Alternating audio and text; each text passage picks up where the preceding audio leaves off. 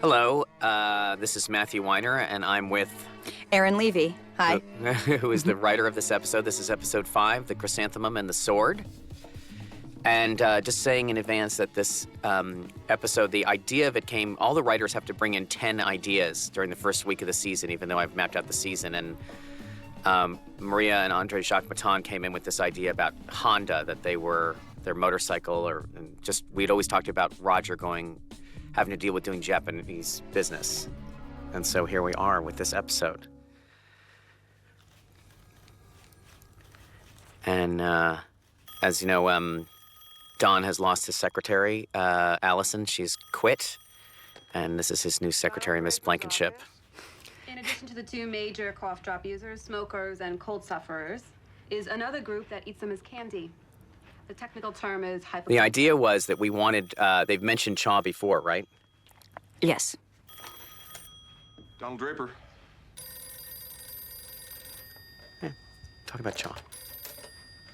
Donald Draper's office? Well, basically, we wanted the agency, we figured that they were a small startup agency, and from episode 1, we sort of wanted to establish the idea that they had a competitor, which was CGC, which is Ted Chaw, who we thought was a good competitor for Don. But this is the first time we actually see him in this episode, isn't it? What's it regarding? Yeah, it's the first time that we see him in this episode, and we actually go to his office as well. Done here. New York Times. And is this not the first time we mention him in the No, article? he's been mentioned. He says anyone but right. Chaw earlier. Right. We have Walter Hoffman, who Peter Bart had previously had this column in the New York Times, the advertising column. There was a new guy there, Walter Carlson, I think, but we sort of fictionalized him and made him Walter Hoffman. I just think it's kind of interesting the first CGC takes the Highlight Association from you. So we show that the new agency has this competitor, which is they've lost Highlight in the first episode, and they had to get rid of Clearasil in episode 4, and now we found out that And CGC picked up Clearasil as well What's your point? and got Highlight. Do you have a response? On the record? Please. I've never heard of him. and of course Anything else? we felt this was the best thing for Don to say in order to really infuriate Ted Chaw, because he is saying that he's Don's competition, and they're probably not in some level. Not going away. And the reporter, of course, is very happy to get that quote. Why aren't they happy? Because Lassie stays at the Waldorf and they can't. I love that line. Everything. I now call to order a meeting of the partners. Sterling Cooper Draper Price in attendance. Everybody. Very well then, Mr. Campbell. Secor Laxative has finally agreed to produce a television commercial and test market it. How'd you ease them into it? Must have had to loosen them up first. We were trying to show that this is basically the agency at this point. They've been having a little bit of a hard time. We know that what a big part of their business Lucky Strike is. The result of And- which was a series of interesting phone calls and one lunch regarding the Honda motorcycle. Pete, of course, brings this in, and Honda is not in the car business yet, which is one thing we learned. But the motorcycle is huge. It's a DDB. There's a lot of famous ads from that period that are great looking with a beautiful woman on this red motorcycle. What I love about Pete this season is he's really stepped up his game, and he's constantly bringing in work. And he actually slightly seems like a more confident and better person at his job, which is funny because now Roger's Right. running it. Right. I expect you to understand this because you were a little boy. I used to be a man with a lot of friends. Then World War II came, and they were all killed by your new yellow buddies. And there's Roger's, the end point for the story. Look, if Birnbach can do business with We just thought it was fascinating. I mean, it is true. Birnbach is Jewish, and they did this Volkswagen ad, and it just totally, took off for them. But there is an incredible thing about the period after the war that everyone was just expected to go back and work together. My grandfather served in the Pacific like Roger did, and I think actually part of the reason I wound up getting this episode was because when he had Alzheimer's later on in life, he would forget that so much time had passed, and he'd have those same feelings, despite the fact that, From what I can tell, it's one way of doing business. he had actually adapted to it later in life. You'll help us navigate these waters? And we can't let that pass, Dr. Lyle Evans pass, without saying that the reaction to Dr. Lyle Evans was much stronger than we anticipated. I literally just made up a name as this was the end of the conversation, that everyone had a personal enemy in their life that they refused to do business with, and that was Burt's. And we, of course, later found out who Lyle Evans was, and apparently it's some name that I should know. But you want to talk about this clip about what's going on in the civil rights in Selma at this point and how we sort of tried to weave this in? Yeah, there was a march in Selma. They marched through Selma, and then they continued the march because, well, for equal rights. And people were gassed and like beaten down and thrown in jail, and it continued to happen. And they eventually had to bring in Which one is it? troops to stop it and to escort them. But the idea is, the way we do it on the show, is that the civil rights is sort of peeking in as like, it's not supposed to be social commentary. You're just basically supposed to be seeing that slowly this is becoming what is a news story for these people is actually life and death for the people in Selma. And of course, Don's going out on a date. This was, the idea that he is a single dad, divorced dad, and he is not interrupting that part of his life. And he has this woman across the hall watching them. Sally's not happy about him dating. Bobby, go to bed. Sally, get over here. And Sally has cut her hair. Matt. Come over here. Part of the story to me, too, always was that Sally is being surrounded, as it comes out later on, by all of this, adult sexual behavior because her mother has a new husband and her father is dating these women, and she's, also entering into puberty. So this is sort of illuminating it. I love the way that she deals with her hair, too. I thought it was very realistic that she's angry at her. She knows she's in trouble. Are you and Daddy doing it? What? I know what it is. I know that the man pees inside the woman. Where did you hear that? And we had to talk to Kiernan, obviously, really talk to Kiernan's mother before we did this episode and tell her what the plan was. And everyone was on board with the idea, as was Aaron, part of the reason you got this episode, about talking about like this childhood sexuality and treating it honestly and talking about like what that experience is like and what it's like to be in the middle of a divorce and be in that experience of actually growing up. Yeah, I think a lot of girls obviously go through things like this, and Sally has literally nobody to talk to about it. Betty's not going to be the person. I like that she has to talk to her babysitter. And to her friends. That quote, "the man pees inside a woman," is like, I think someone said it to Maria's daughter. That was one of the pieces of misinformation that was being passed around. One of the funniest calls I ever had to make from set was to tell Matt what the tricks he could do with his knives, and be like, hey, do you want this or this? Well, they turned this restaurant into a Benihana. It's not literally a Benihana because there are copyright and trademark issues, but they really did a great job of creating this sort of the big hot trays and everything. And I love the idea of this New Yorkified Japanese culture. And here we meet Mr. Cha. And he's with Bethany, who he dated in the first episode. And it goes along with the way Don is, too. He's always working. Even on a date, it's going to be part of his job. The best man's gonna win. Kevin Rahm here is fantastic. The supreme arrogance, and I love this woman who plays his wife, and I love this sort of private moment here, which it's very hard to shoot this, right? It's an extra shot to go and get this little piece of conversation, but I loved it because it gives you something about Ted Cha, too, which is that he is putting on a bravado. They haven't done half of what we have, but the minute he declared himself the competition... And here's Don competing, right? Equal. Well, as far as I'm concerned, he's no competition at all. Hello? We're not And gonna it's let this obviously spoil ruined the you. evening.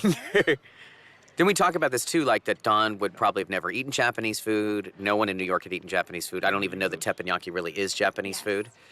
But Turns out it's actually not really. Oh, It's it mostly isn't? for tourists. Yeah, I did a little bit of research on it, and they have it in like small areas of Japan, but it's really not a big Japanese thing, and they do it for tourists.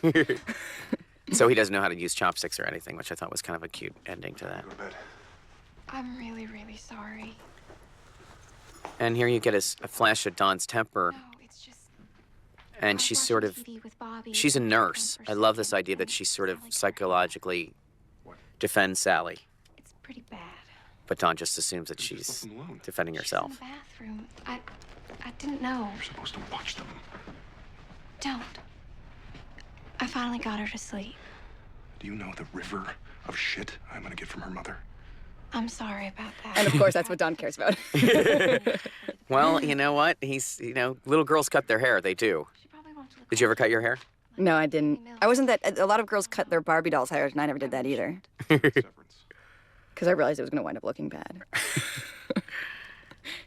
So he gives her $5 for the evening, and What's your advice, okay? she starts to talk to him about this. I think there were lines originally in the script where she talked about how she wanted his attention and he should just worry about her, and he just knows he has to deal with it. And here we have Betty at home in the new house. The fainting couch is still there. It's probably the kids. Betty and Henry enjoying a Sunday afternoon with their fantastically white music. You have a nice time. This scene is really reminiscent to me. I think you really got something here with who Betty is.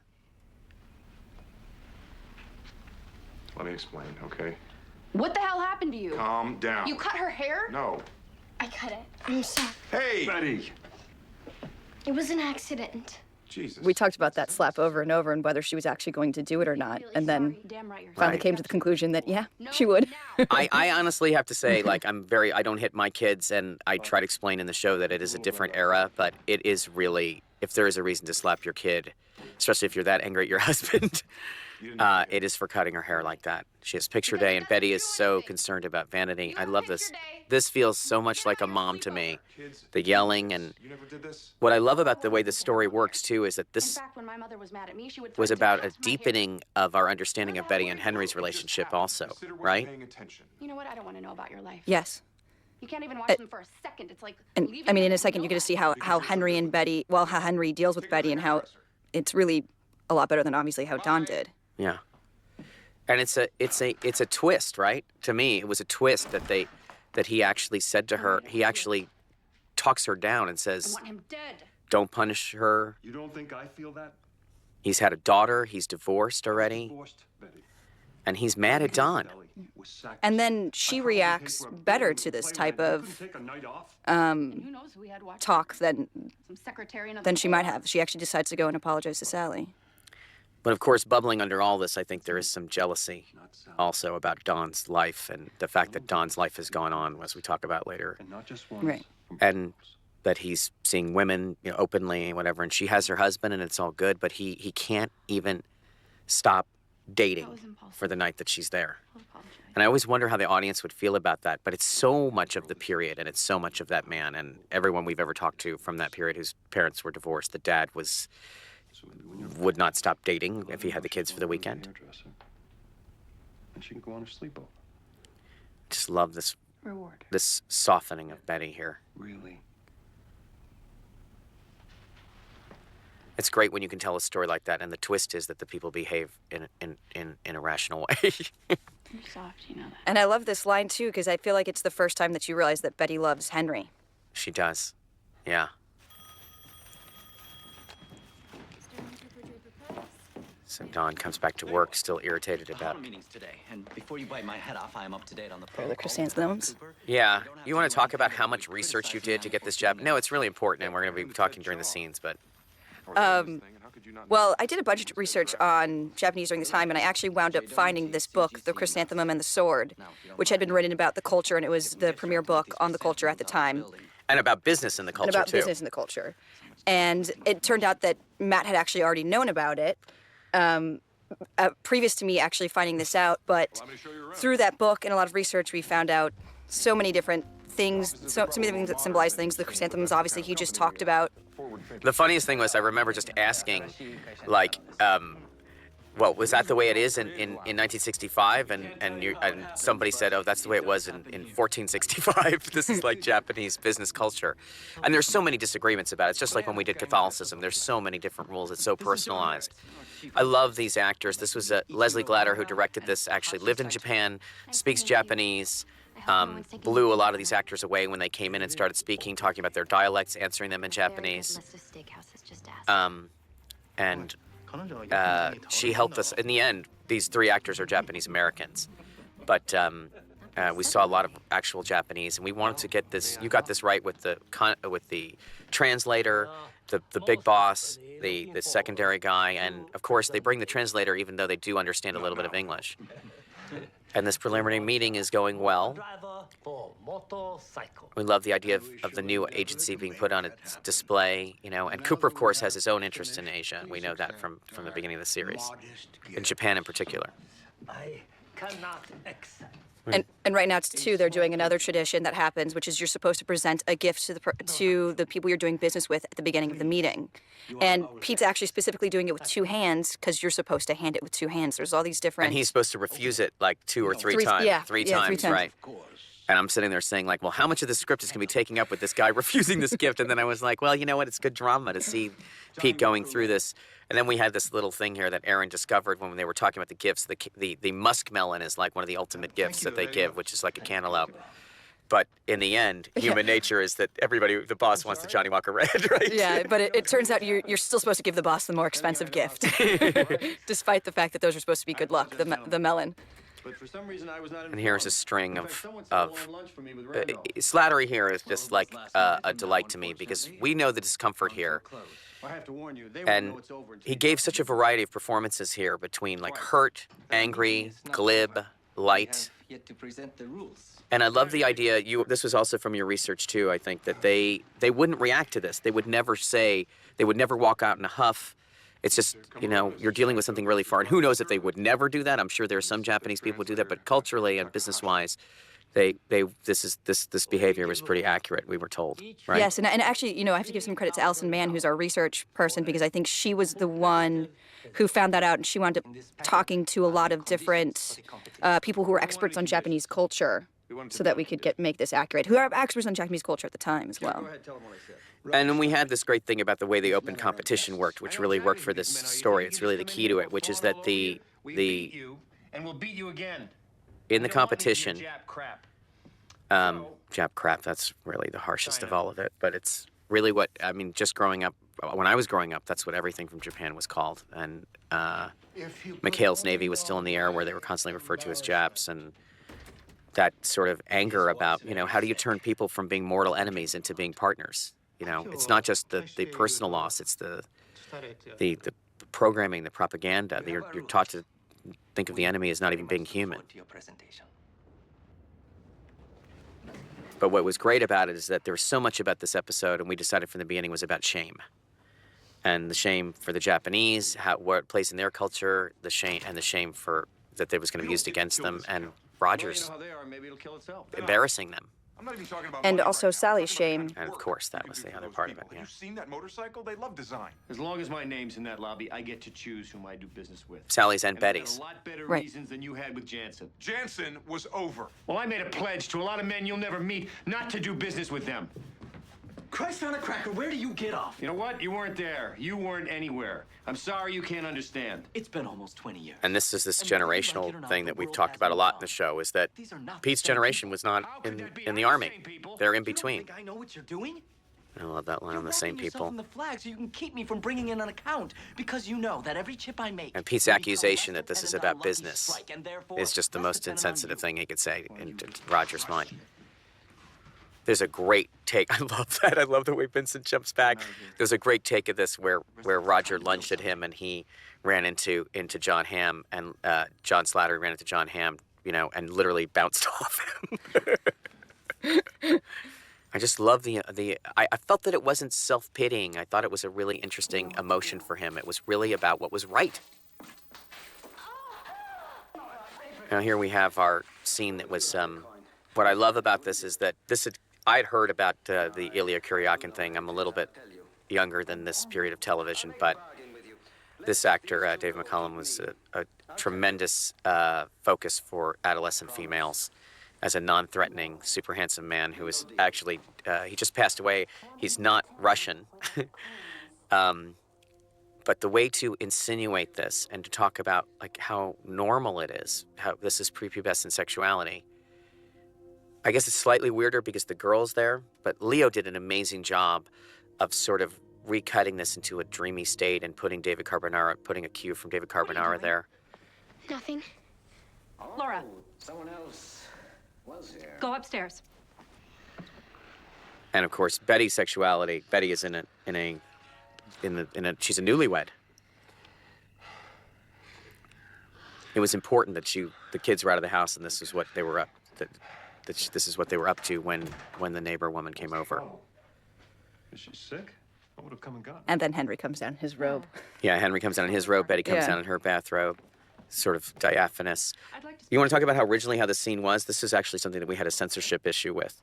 Yeah, actually, originally Sally was still didn't run upstairs. She was downstairs while this woman was telling Betty about what had happened at her house. And what happened is you're not allowed to talk about. They're not allowed. They told us that their one sticking point about this entire thing is that we cannot have adults talk about anything sexual in front of a kid. So we actually wound up coming to the conclusion that Sally would probably run upstairs anyway, and that was a better motivation for her, because why would she want to stay down there when Betty's coming down? Right. And I think it worked. It does work. Nicely. I think it's actually was not just a solution, but very accurate. But the scene was 10 million times more mortifying because they were having this conversation in front of her. And that's always been my thought about this whole experience, is that it's a private, natural, let's call it a biological or animal act. You know, this is children discovering their sexuality. The public tries to pretend like it doesn't exist. It happens at different ages. It's obviously natural. But that they would just humiliate this girl about this experience when they can barely talk about it themselves. And here, I think January is spectacular in this scene. You don't do those She and things. Kiernan love each other. You should know that. Especially don't do them in public. You have nothing to say. I didn't do anything. Don't you dare lie to me. And we talked about this. It wasn't just about controlling her daughter. And what were we going to say? Oh no, the swipe at her fingers. Yeah, that was not in the script. That was- January yeah. spontaneously did that. It was nice. What happened? But I love this because now this is about, as you slowly come to see, about Betty's, she's mortified, about her public humiliation. Her shame about her daughter behaving this way. Her shame about the divorce. Her shame about her acting out. Playing with her. And again, Henry, from the best motivation possible, talks about the psychiatrist. And to me, the amazing part of this scene is actually the fact that Betty admits that she's been to a psychiatrist to him, which is something It's another That's serious. point in this episode where you show that the relationship is different than hers with Dawn. It's one thing after another. What's wrong with Of course, he doesn't want them to deal with this problem, but the whole stigma of psychiatry is multiplied by a great number when it comes to child psychiatry. I went to a psychiatrist once. And we've had a lot of input where obviously we have a mental health consultant, Hillary Jacobs, who helps us write these scenes and talks about the behavior, and it's all done for the period. But we also have people in our lives who were children at this time who visited psychiatrists who sort of gave us a little bit into insight. Train them just for kids. We got ours from the school. So Henry reveals that his daughter, Eleanor, who we've met, saw a psychiatrist to get through the divorce. And Henry's concern is for Betty, which is... When did you go? Years ago. I was bored. Can we leave it at that? Of course. There's nothing wrong with me. Trust me, Henry. I liked it too. I don't know if it really came across, but I always felt in the script it was there that he said, when did you go? That he was a little bit, like he wasn't going to let that go. He is curious about it. And I guess the mood has been spoiled a little bit.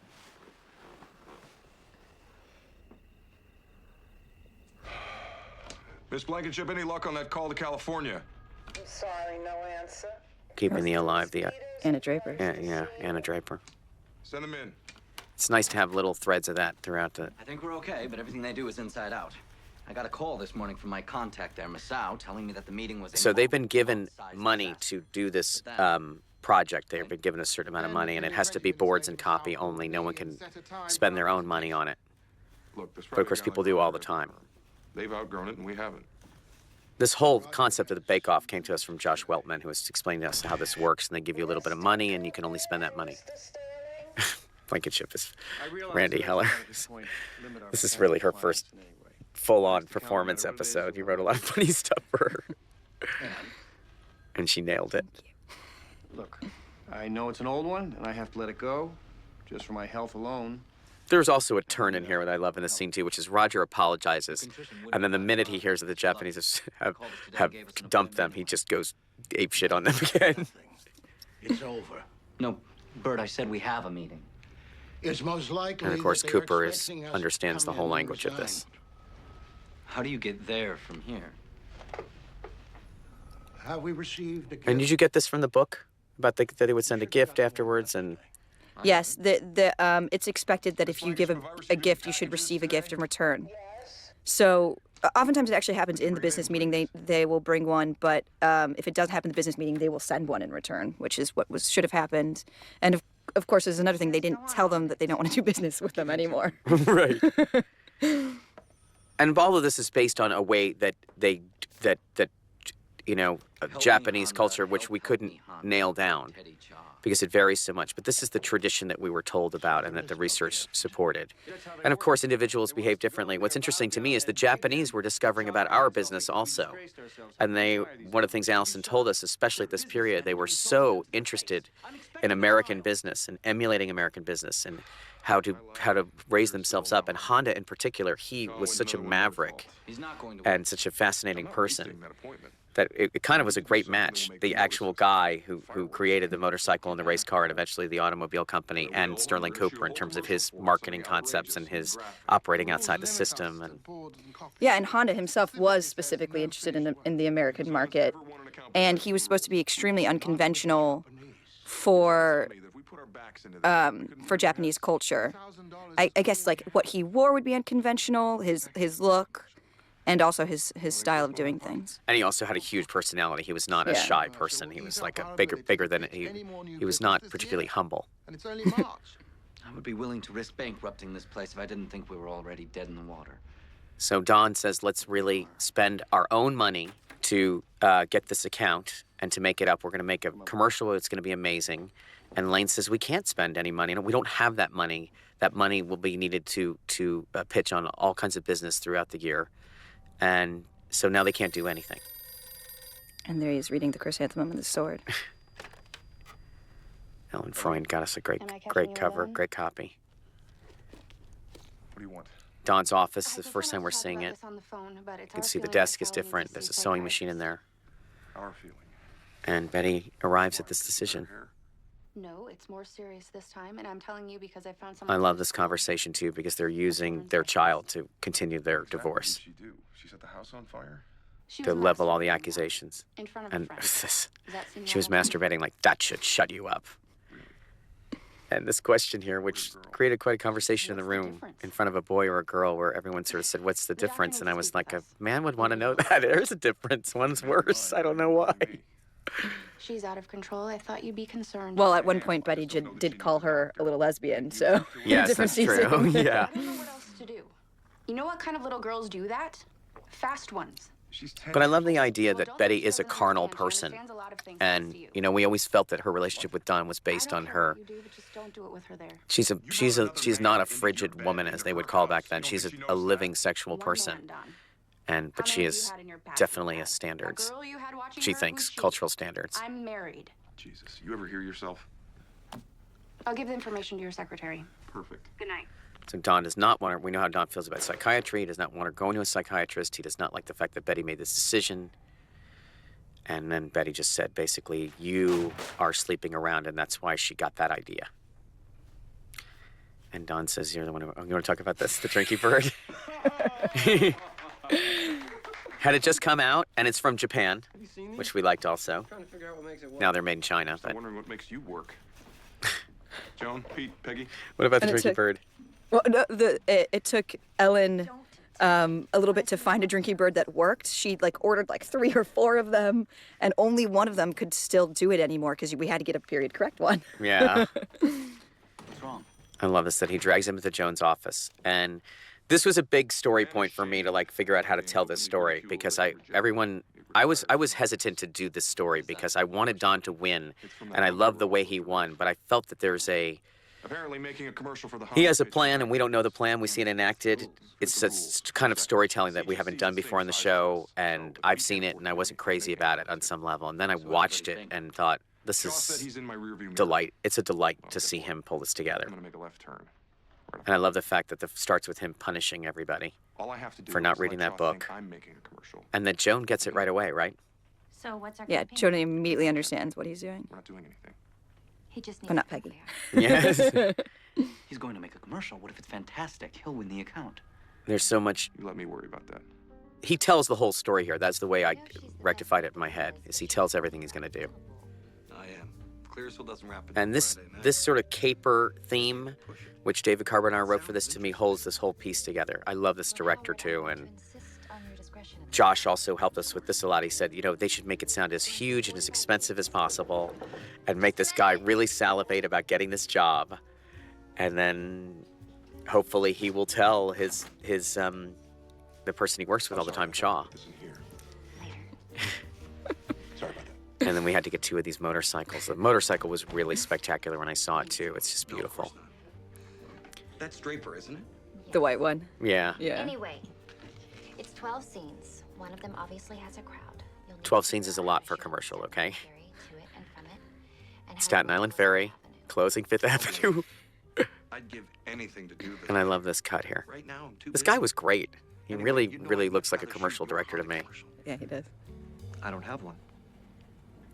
And here we are in Ted Shaw's office. They know I've got you booked. How can I afford that? And we made the decision, Dan Bishop, that Ted Shaw was his place was a lot more like the old Sterling Cooper. It was that mid-50s, Suspense.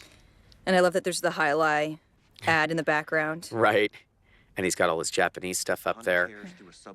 And Kevin did a great job with this pitch too. I love the idea that you can see that this is worthy competition. I think that the audience could tell that this was not a stupid idea. This was actually a good idea for a commercial. And whenever we depict creativity in the show, I'm doing it for thematic reasons and to tell the story, obviously, but And he is a she. you want the audience to believe outside of the realm of the show that it's a good idea. We'll bring a guy to the pitch in a racing helmet, have him take it off. It's a sexy girl. And then you see the We only have 3,000 parallel here is that this is their lane. How long did you work for Draper? And Patrick And the Kavanaugh, return of Smitty. Smitty, Yeah. When you were in a bake-off, I you ever thought- break the rules? I don't know. He wouldn't have shared it with me, but he I love definitely that doesn't the think the rules apply. reveal is that it's Smitty. That kid in here worked for Draper. It could be anybody. That's true. It's Smitty. And he says the absolute wrong thing about Don DeChaw. He says he's amazing. He's a genius. You ever talk that way about me? You know what? Why don't you go work for your boyfriend to get out? And Didn't we Kim originally Cattrall have him works for fire Howard him in this scene? Yes. And everyone was like, he was not going That's to too far, fire him. Yeah. Call Barbara about Howard here and contact the city of New York. We need a subway. So Chaw is taking the bait. They're going to be making this ad. Now, how do they convince them that they're making their ad? I love this. I love Leslie did a great job shooting this, and this is what was done best in the show with our production design. A hallway, these lights, the whole suggestion of a studio. And Matt Long here as Joey, just sort of, Matt had to eat like 10 of those during this scene. and the idea that he's going to stop them because they're shooting their commercial in there. And by the way, motorcycle sound, this was really hard. They did a great job on the sound of this episode. They always do it. But the idea of what the motorcycle sounded like through the door was really tough. And also, didn't we start with the image of Peggy riding around this motorcycle at an empty stage? Wasn't that going to be the payoff to the whole thing? Yeah. And we almost didn't do it because it's such a hard thing to shoot. You need a stage and it's one shot and you need a running motorcycle and Have to teach her how to use it. teach her how to use it. Safely. But thank you, Scott Hornbacher and everyone involved for making that happen. I love this shot Leslie and Chris did here. I love this after hours feeling. Feeding today. And World travel. I love that you had her have her shoes off when she was washing the dishes. I thought that was like It's like a coconut. it's a great character thing. Careful. And this scene, of course, is not only just a furthering of their relationship, right? He made The more last than time they Howard talked here than he was makes in a pretty close to when she said to him, "You're going to be married again in a year," right? Yeah, this is their most intimate conversation so far. No. And it's in a very intimate space. Very, I don't know how people get to it's leave a the small room. space, so they have to be close to one another. Right. And it's after hours, and there's alcohol involved. This is Don Draper's web. It's like being a But he's so distanced with her because he found, after the focus group, I think that you see that they have a professional relationship, He almost was brutally antagonistic. honest. His father does it better than him. And she's laid down He actually said that. Best part of my job. her own I'd be intuition, surprised what people will say to an interested stranger. being, Why does everybody need to controlled by talk? reason. And here's Don talking about psychiatry again. Why does everybody need to talk about everything? And He if you know resents what it. happens while they're talking, when they're done, they feel better. And we debated. I think that there was a lot of conversation about how much would he reveal. And the fact was, he has no one to talk to. He likes her. He values her opinion professionally, whether he says it or not. I'm not married. But you're wearing. And there's the big reveal. The big reveal, yeah. We kept debating when to reveal that. I love that. This is just a stop sign. I love how she puts up her hand, too. I walk into a lot of offices, and it's helped me avoid. This is a lot of pretty pushback. common occurrence, apparently, that women wear a wedding ring, especially then, just to keep people from talking to them. But of course, we saw her take it off when she went in to talk to the single women in the focus group the episode before. 2 boys and a girl. 1.5, 7. She didn't want to look better than them. Because that was what was considered then to be married. Right. I don't see them enough. And when I do, I don't know what to do.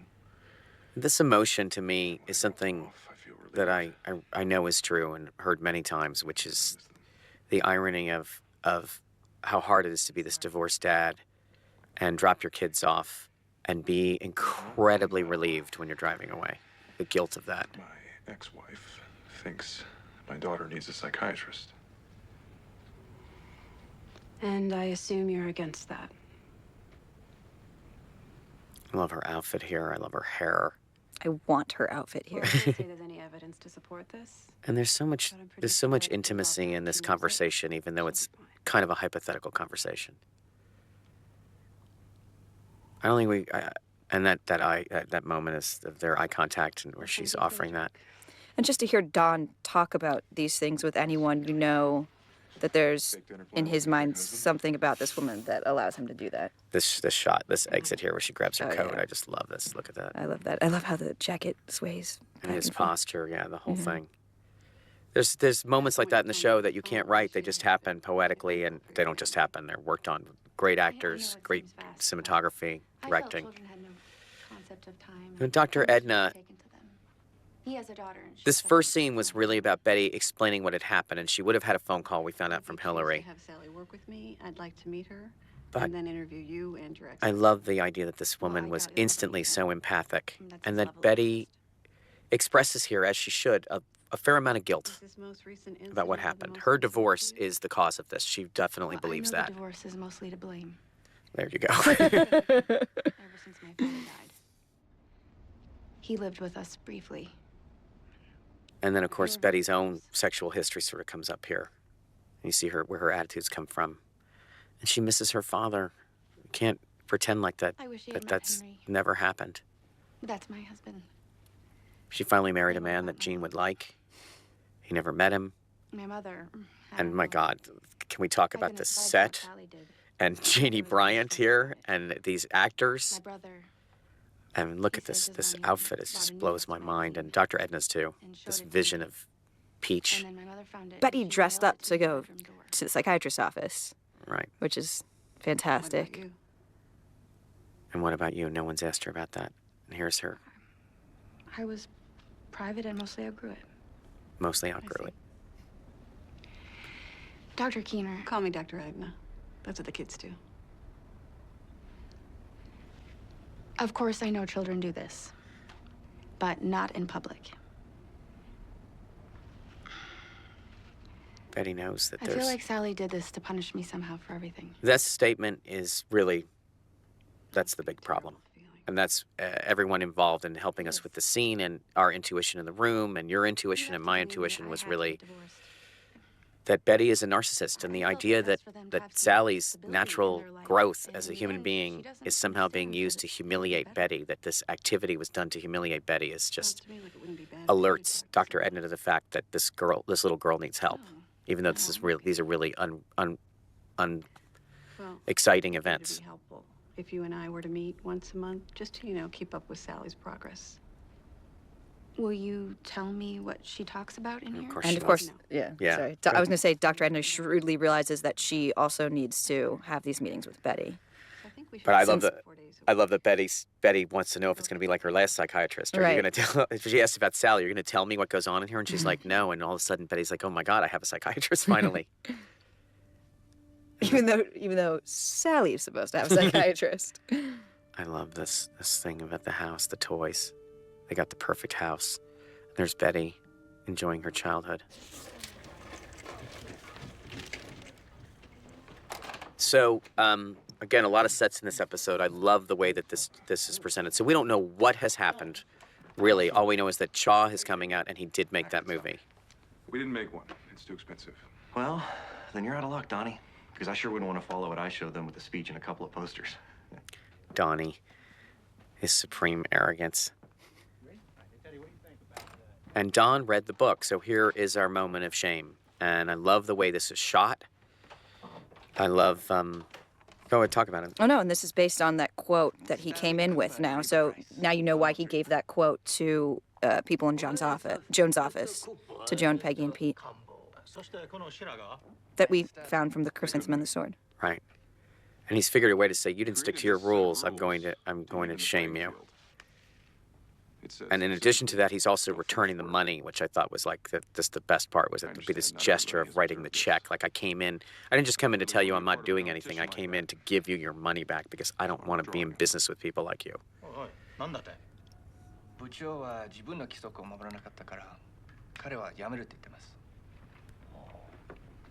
And that guy is so great at giving them the bad news. He really did not want to have to translate that. Both these men are his boss, so having to tell them that is not a good position to be in. It's so wonderful to me that this was done with, they are presented with confidence like real people, and they obviously have their own biases, and The voiceover announcer for we say all these horrible things about them, Roger does, but what you see there is people trying to do business together. No, Pete. Have a drink. It'll make me look younger. I'm not gonna watch you feel sorry for yourself. I feel sorry for all of us. Don's over there surrendering right now. Would you stop? This is where you had this fantastic line at the end of this scene, which I love. And we started originally with this scene being construction of Roger basically telling her this horrible story and how much it meant to him, and they were like, we've done that. He has expressed how horrible it was to be in World War II and how awful it was. Meanwhile, Joan has a husband who's about to go off to Vietnam. Goes to some Vietnamese doctor. Since when is forgiveness a better quality than loyalty? And you get a better look at what has really been affecting Roger this entire time. I think you get the first look when he has that huge argument with Pete and lunges at him. And then here you really understand what he's talking about. The depth of it is, how is the world supposed to make sense? Really? And also, he is anxious about his position in the company and that Pete keeps bringing in this business and has no respect for the way things are run. We actually reshot this scene. I can't remember what exactly was not right about it, but John Snyder was really sick when we shot the scene, and I actually think it added to it so much, his emotional vulnerability. He actually didn't come into work the next day. I don't recommend it, but you can feel it in the scene. You can feel like a physical, like exhaustion. Don't purposely get your actors sick for the sake of the scene. No. I've done a lot of things, but I'm going to draw the line at that. Congratulations. I just spoke with Mr. Saito. It seems Honda was never going to leave Grey. But of the three princes invited to I love that, too, that this whole thing was done just to irritate Grey advertising. They did have a 50% share of the market, you know? Why were they meeting with other agencies just to infuriate their existing, just to put a jolt into the existing company? That's not just Japanese. A lot of clients do things like that. And I think Joan can rent stage space without we've shown on the show that other clients do things like that. Yes. I love the way Lane here sort of explains that as conservative as he is, he allowed this to happen because they could do it for not too much money. And they've given this huge depth charge to Chaw. He spent all that money. There was about the same size agency, and he spent all that money on account that he could never have gotten. And then, of course, there's this moment that I love on the show, and we try not to do too much of it, where we know the future, which is that Honda becomes like the biggest car manufacturer in the world for a period. But this car really was a motorcycle with windows. They're working on it. And getting that account would be tremendous. Here's poor little Sally. Highlights magazine. Carla has taken her, which is an important part of the entire thing. Hello, Sally. Is that's where it is. Betty's not even taking her to the psychiatrist. Why don't you come inside? Carla's like her mother, really. Yeah. And this great music cue here. I think you really feel Sally is the victim in this whole thing. That's how they're dealing with the problem. Not that she doesn't need a psychiatrist and that the psychiatrist won't help her, but she's the fallout. And this, I love this Doris Day. We did not want to forget the fact that this is about the confusion of that little girl trying to figure out what being an adult. Not just sexually, but like, who am I emulating? Do I want to be like the nurse across the street? Do I want to be like my mother? Do I want to be like Carla? I want my daddy to love me, but that's a confusing thing.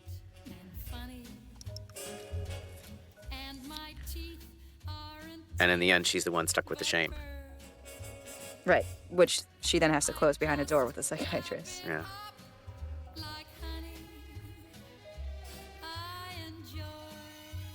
And that's episode 5, The Chrysanthemum and the Sword. Thank you, Erin.